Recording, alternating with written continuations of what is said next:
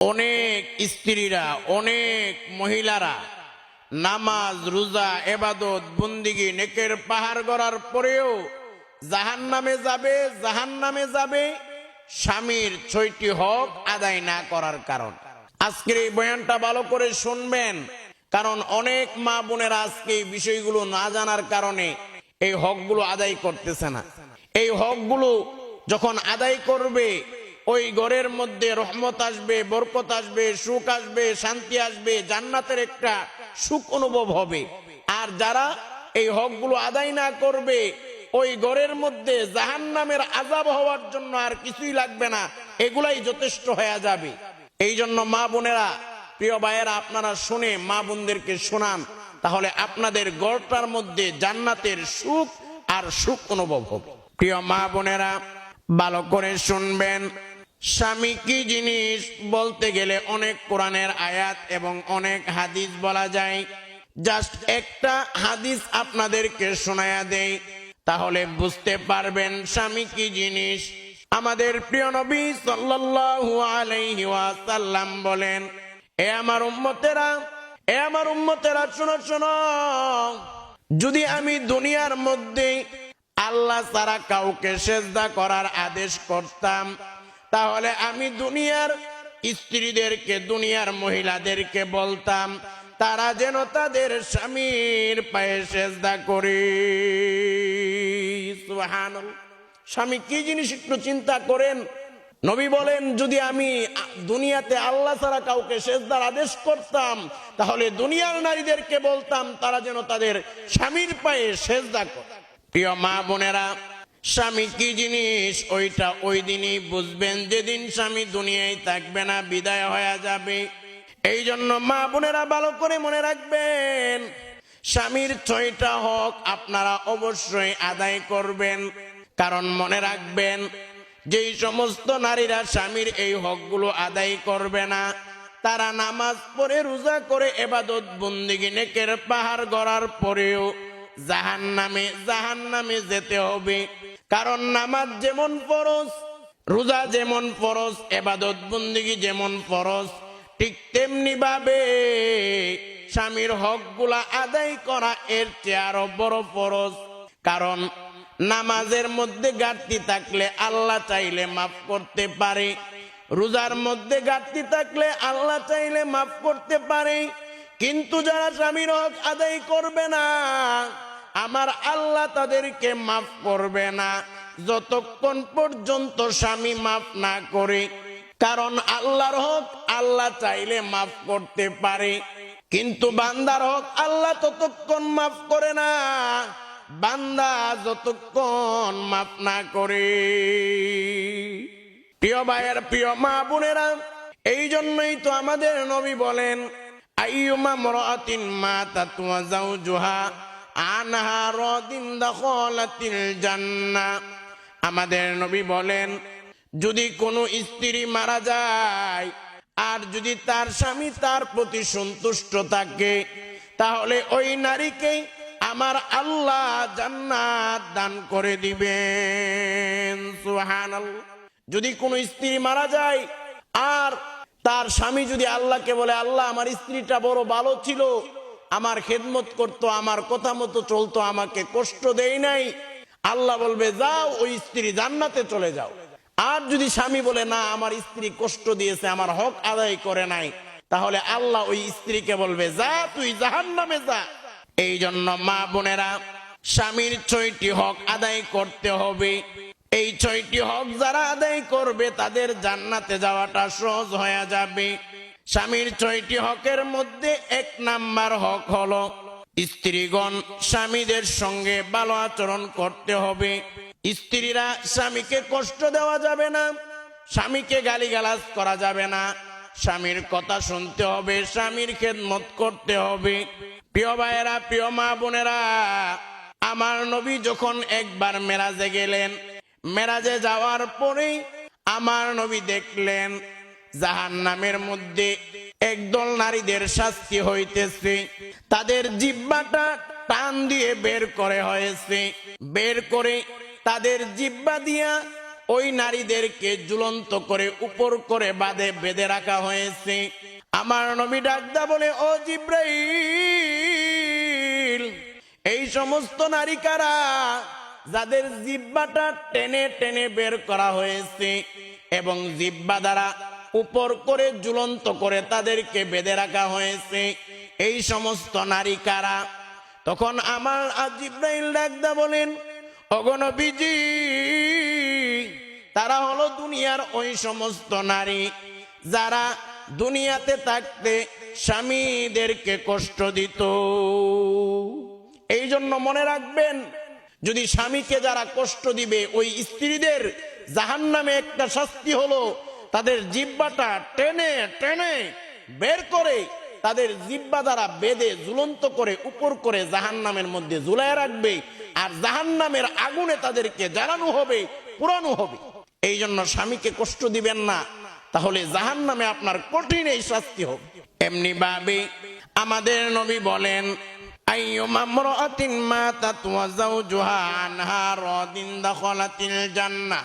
আমার নবী বলেন, যখন কোনো স্ত্রী মারা যায় আর যদি তার স্বামী তার প্রতি সন্তুষ্ট থাকে, তাহলে দাখালাতিল জান্নাহ, ওই স্ত্রী জান্নাতে প্রবেশ করবে। সুবহানাল্লাহ। এমনি ভাবে সুনানে তিরমিজির বর্ণনা, যখন কোন স্ত্রী তার স্বামীকে এই দুনিয়াতে কষ্ট দেয়, জান্নাতের মধ্যে ওই স্বামীর জন্য যে নির্ধারিত হুরেরা আছে, ওই হুরেরা আল্লাহকে ডেকে ডেকে বলে, ওগো আল্লাহ, এই স্ত্রী তার স্বামীকে কষ্ট দিতেছে, আল্লাহ এই স্ত্রীকে তুমি ধ্বংস করে দাও, ধ্বংস করে দাও। এভাবে করে করে জান্নাতের হুরেরা ওই স্ত্রীর জন্য বদদুয়া দিতে থাকে এবং জান্নাতের হুরেরা ওই স্ত্রীকে ডেকে ডেকে বলে, এ মহিলা, তোমার স্বামীকে তুমি কষ্ট দিও না, তোমার স্বামী কয়েকদিনের জন্য তোমার কাছে আছে, মেহমান হিসাবে আছে, তোমার স্বামীকে কষ্ট দিও না, কিছুদিনের মধ্যে তোমার স্বামী আমাদের কাছে চলে আসবে। এইভাবে করে করে জান্নাতের হুরেরা বলতে থাকে। এই জন্য মা বোনেরা ভালো করে মনে রাখবেন, স্বামীকে কষ্ট দেওয়া যাবে না, স্বামীর সঙ্গে খারাপ আচরণ করা যাবে না, ভালো আচরণ করতে হবে। অনেক স্ত্রী আছে স্বামীকে গালিগালাজ করে বলে, এই গোলামের পুত গোলাম, তোর কপালে জারু আর জুতা দিয়া পিডামু, তোর সাথে বিয়া হয়ে আমার কি হইল, কি পাইলাম, আমার কপাল করছে, আমি ধ্বংস হয়েছি। ওই যে দেখোস না সকিন মুখের বিয়ে হয়েছে, তার স্বামী 2 তালা বাড়ি করছে, এই করছে সেই করছে, তুই কি করলি রে? একেবারে গালিগালাজ পর্যন্ত করে। অনেক স্ত্রী স্বামীদেরকে মারধর পর্যন্ত করে। মনে রাখবেন, আপনার স্বামীর সঙ্গে আপনি খারাপ আচরণ করছেন, আপনার স্বামীর সঙ্গে আপনি বদাচরণ করছেন, আপনি নিজের পায়ে নিজে কুড়াল মারলেন, নিজের ধ্বংস নিজের হাতে ধরে টেনে টেনে নিয়ে আসলেন। আপনার এই খারাপ আচরণ কারণে আপনার ঘর থেকে রহমত উঠে যাবে, বরকত উঠে যাবে। আর যেই ঘরে রহমত থাকবে না, বরকত থাকবে না, ওই ঘরটার মধ্যে অশান্তি হয়ে হবে, ওই ঘরের মধ্যে জাহান্নামের আযাব শুরু হয়ে যাবে। এই জন্য প্রিয় মা বোনেরা, আপনারা কখনো স্বামীদের সঙ্গে খারাপ আচরণ করবেন না। ঠিক তেমনি ভাবে স্বামীদেরও মনে রাখতে হবে, স্ত্রীদের সঙ্গে খারাপ আচরণ করা যাবে না। কারণ যদি স্বামী স্ত্রীর সঙ্গে খারাপ আচরণ করে, তাহলে ওই ঘর থেকে রহমত বরকত উঠে যায়, শয়তান খুশি হয়ে যায়, আল্লাহ নারাজ হয়ে যায়। যখন শয়তানকে খুশি করে আল্লাহকে নারাজ করবেন, ওই ঘরের মধ্যে কখনোই আয় উন্নতি হবে না, ওই ঘরের মধ্যে জাহান্নামের একটা আযাব আর আযাব শুরু হয়ে যাবে, ওই ঘরটা জাহান্নাম হয়ে যাবে। স্বামীরাও স্ত্রীদের সঙ্গে ভালো আচরণ করতে হবে। অনেক স্বামী আছে মনে করে, আমি তো স্বামী হয়ে গেছি, স্ত্রীরে যা মন চা তা করবো। অনেক স্ত্রী মনে মনে বয়ে থাকে, হায় হায়, শয়তানরা যে কখন বাড়িতে আসবে, বাড়িতে আসলেই তো বাড়িটাকে একবার আসমানের উপর তুলে ফেলবে। বাড়িতে এসে বলে, কি হয়েছে রে, এই হয়েছে না, সে হয়েছে না, নানান ধরনের স্ত্রীর সঙ্গে মারাত্মক খারাপ আচরণ। এই জন্য মা বোনেরা ভালো করে মনে রাখবেন, আপনারা স্বামীদের সঙ্গে ভালো আচরণ করতে হবে, আবার স্বামীরাও স্ত্রীদের সঙ্গে ভালো আচরণ করতে হবে। অনেক স্বামীরা জাহান্নামে যাবে, নামাজ রোজা ইবাদত বন্দেগী নেকের পাহাড় গড়ার পরেও স্ত্রীর হক আদায় না করার কারণে, স্ত্রীদের সঙ্গে খারাপ আচরণ করার কারণে, প্রিয় ভাইয়েরা, প্রিয় মা বোনেরা, স্ত্রীর 2 নাম্বার হক হলো, স্বামীর 2 নাম্বার হক হলো পরকিয়া করা যাবে না। অনেক স্ত্রী আছে পরকিয়া করে পর পুরুষের সঙ্গে অবৈধ রিলেশনশিপে জড়ায়া যায়। এই জন্য পরকিয়া করা যাবে না। কারণ মা বোনেরা ভালো করে মনে রাখবেন, আমাদের নবী যখন মেরাজে গেলেন, মেরাজে যাওয়ার পরে আমাদের নবী দেখলেন কতগুলো নারী এবং পুরুষকে উলঙ্গ করে জাহান্নামের আগুনের মধ্যে জ্বালানো হইতেছে, পোড়ানো হইতেছে। যখন জাহান্নামের আগুনের লিলিহান শিখাগুলো উপরের দিকে উঠে, তখন ওই নারী পুরুষগুলাও উপরের দিকে উঠে। আবার যখন জাহান্নামের আগুনের লিলিহান শিখাগুলো নিচের দিকে নামে, তখন ওই নারী পুরুষগুলো নিচের দিকে নামে। আমার নবী ডাকদা বলে, এ জিব্রাইল, এই সমস্ত নারী পুরুষ কারা যাদেরকে উলঙ্গ করে জাহান্নামের আগুনের মধ্যে জ্বালানো হইতেছে, পোড়ানো হইতেছে? তখন জিব্রাইল ডাকদা বলে, ওগো নবীজি, এরা হলো দুনিয়ার ওই সমস্ত লোক যারা দুনিয়ার জীবনে পরকিয়া করত, জেনা করত, বেবিচার করত। এই জন্য মনে রাখবেন, পরকিয়া এমন একটা বিষ, এই পরকিয়া যেই পরিবারে ঢুকে ওই পরিবারটা ধ্বংস হয়ে যায়। পরকিয়ার ক্যান্সার, পরকিয়ার বিষ যেই পরিবারে ঢুকে ওই পরিবারটা সারখার হয়ে যায়, তছনছ হয়ে যায়। ওই পরিবারে রহমত বরকত থাকে না। অনেক সময় আপনারা নিউজ পেপারে প্রায় সময় খবর আসছে, মা তার মেয়েকে গলা টিপে হত্যা করেছে পরকিয়ার কারণে, মা তার মেয়েকে বিষ পানে হত্যা করেছে পরকিয়ার কারণে, বাবা তার সন্তানকে হত্যা করেছে পরকিয়ার কারণে।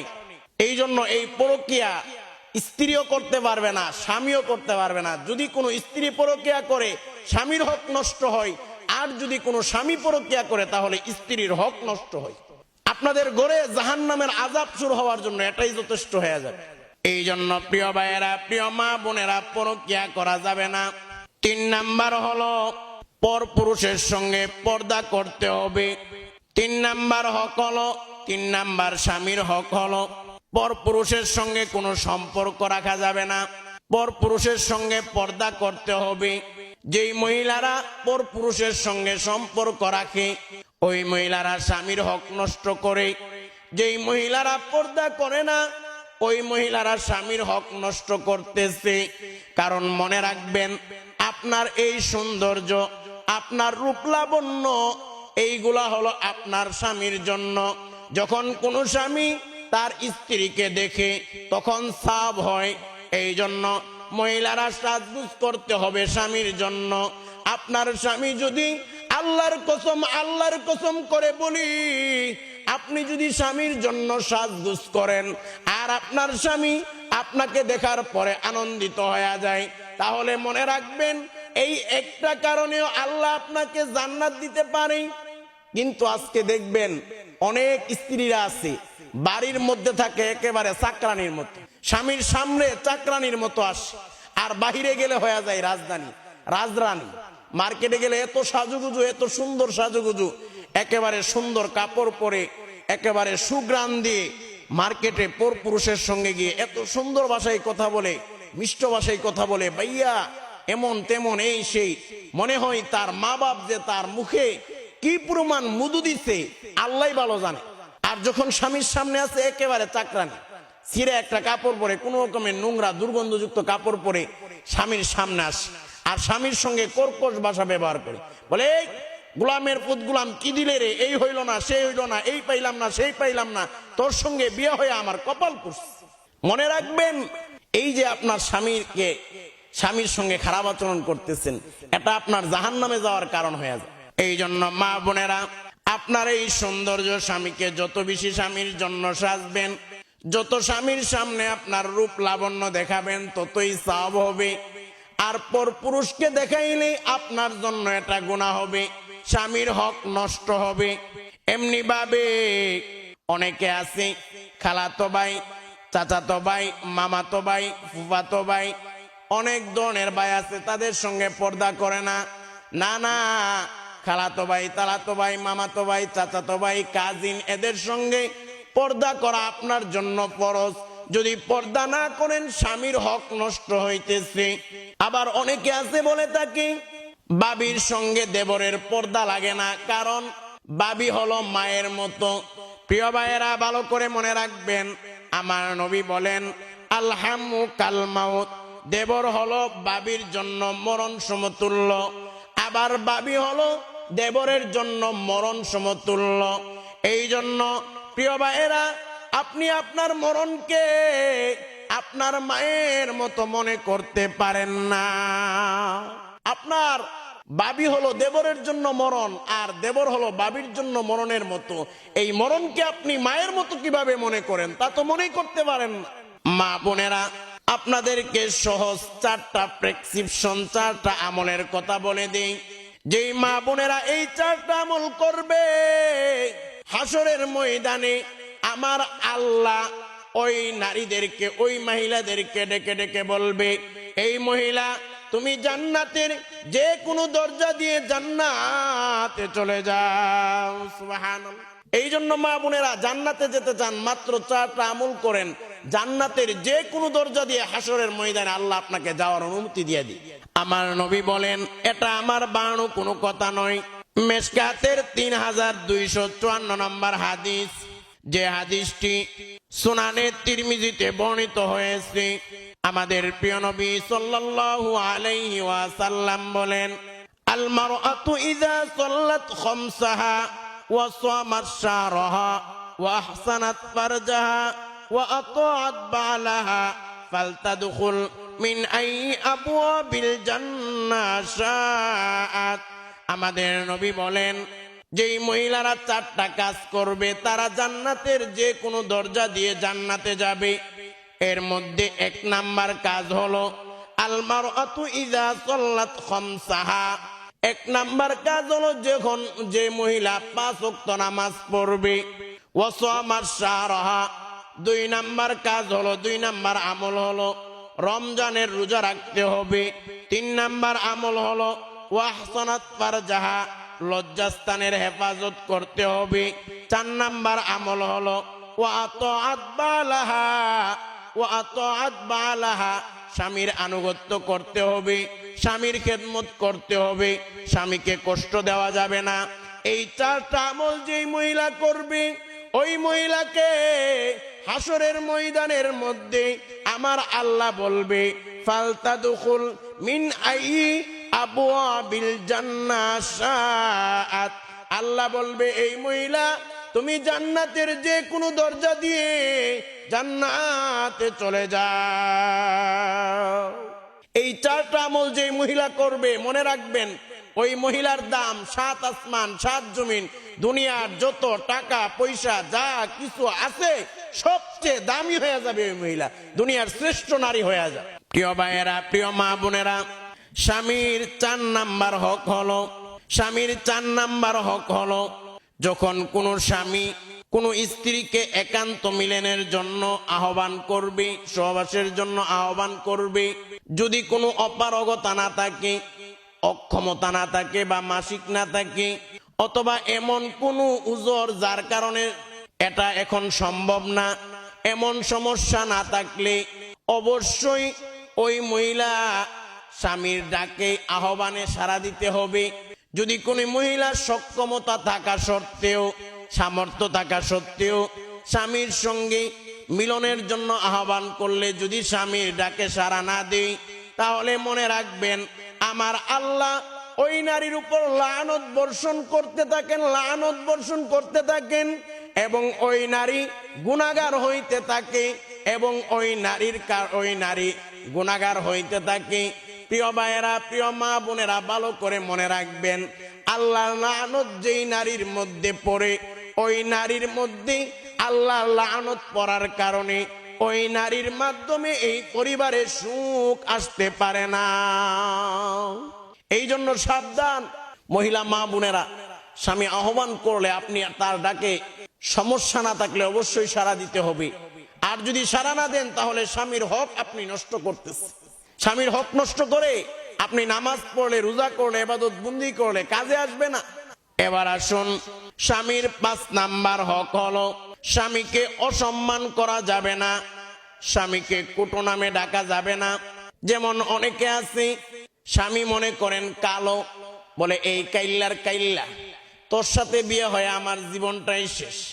আবার মনে করেন স্বামী অনেকে আছে খাটো, বলে এই খাট্টার খাট্টা, বাইটটার বাট্টা, এক এক জায়গায় এক এক কথা। আবার বলে মনে করেন স্বামী দেখতে সুন্দর না, বলে তুই তো দেখতে সুন্দর না। আবার অনেকের স্বামী আছে গরিব, বলে তোর মতো ফকিন্নের সাথে বিয়া হয়ে আমার কপাল পুড়ছে, আরে অমুকের এই করছে সেই করছে, তুই আমার জন্য কি করলি রে, কি পাইলাম রে ফকিন্নির ফকিন্নি। এইভাবে স্বামীকে তুচ্ছ তাচ্ছিল্য করা, অসম্মান করা, এটা স্বামীর হক নষ্ট হয়। এমনি ভাবে অনেকে আছে স্বামীকে অনেক ধরনের গালিগালাজ, স্বামীকে মারধর পর্যন্ত করে। না না, এগুলো করা যাবে না। মনে রাখবেন, আপনার এই সমস্ত আচরণের কারণে আপনার পরিবারের মধ্য থেকে রহমত বরকত উঠে যাবে। আর যেখানে রহমত বরকত থাকে না সেখানে সুখ শান্তি থাকে না। আর যেখানে সুখ শান্তি না থাকে ওই ঘরের মধ্যে জাহান্নামের আযাব আর আযাব শুরু হয়ে যায়। স্বামীর 6 নাম্বার হক হলো, অনেক মহিলারা আছে তারা জাদুতে বিশ্বাস করে, গণকে বিশ্বাস করে, কুফরি কালামে বিশ্বাস করে। অনেক মহিলারা আছে অনেক সময় কবিরাজের কাছে যায়, আবার কিছু হুজুরের কাছেও যায়। কবিরাজের কাছে গিয়ে কুফরি কালাম করায় এবং কবিরাজকে বলে এমন একটা কুফরি কালাম করে দেন, বা এমন একটা জিন চালান দিয়া দেন, বা এমন কিছু করে দেন যাতে করে আমার স্বামী আমার বশ হয়ে যায়, আমার স্বামী যেন আমার কথাই উচ্চ চলাফেরা করে, আমার স্বামী যত যা কিছু ইনকাম করে ঘরের কাউকে যেন না দেই, শুধু আমারে যেন দেই, আমারে যেন দেই। এমন কিছু মহিলা আছে তারা স্বামীকে বশ করার জন্য কবিরাজের কাছে যায়।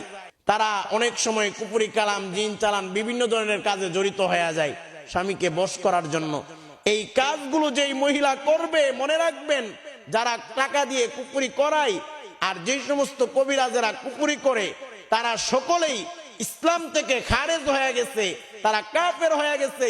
তারা যতই নামাজ পড়ুক, রোজা করুক, ইবাদত বন্দি করুক, কোনো কিছুই কাজে আসবে না। এই জন্য ঈমান ঠিক রাখতে গেলে এই কাজগুলো করা যাবে না। অনেক মহিলা আজকে কুফরিতে জড়াই যাইতেছে, অনেক পরিবারের মধ্যে অনেক স্ত্রী কুফরিতে জড়াইতেছে। এই কাজগুলো যেই মহিলা করবে তারা কাফের হয়ে যায়। যারা টাকা দিয়ে এগুলো করায় আর যারা করে তারা উভয় দল ইসলাম থেকে খারেজ হয়ে গেছে। এখন যে কাফের হয়ে গেছে, কুফরি করে কাফের হয়ে গেছে, তার নামাজ পড়লেই বা কি হবে, না পড়লেই বা কি হবে?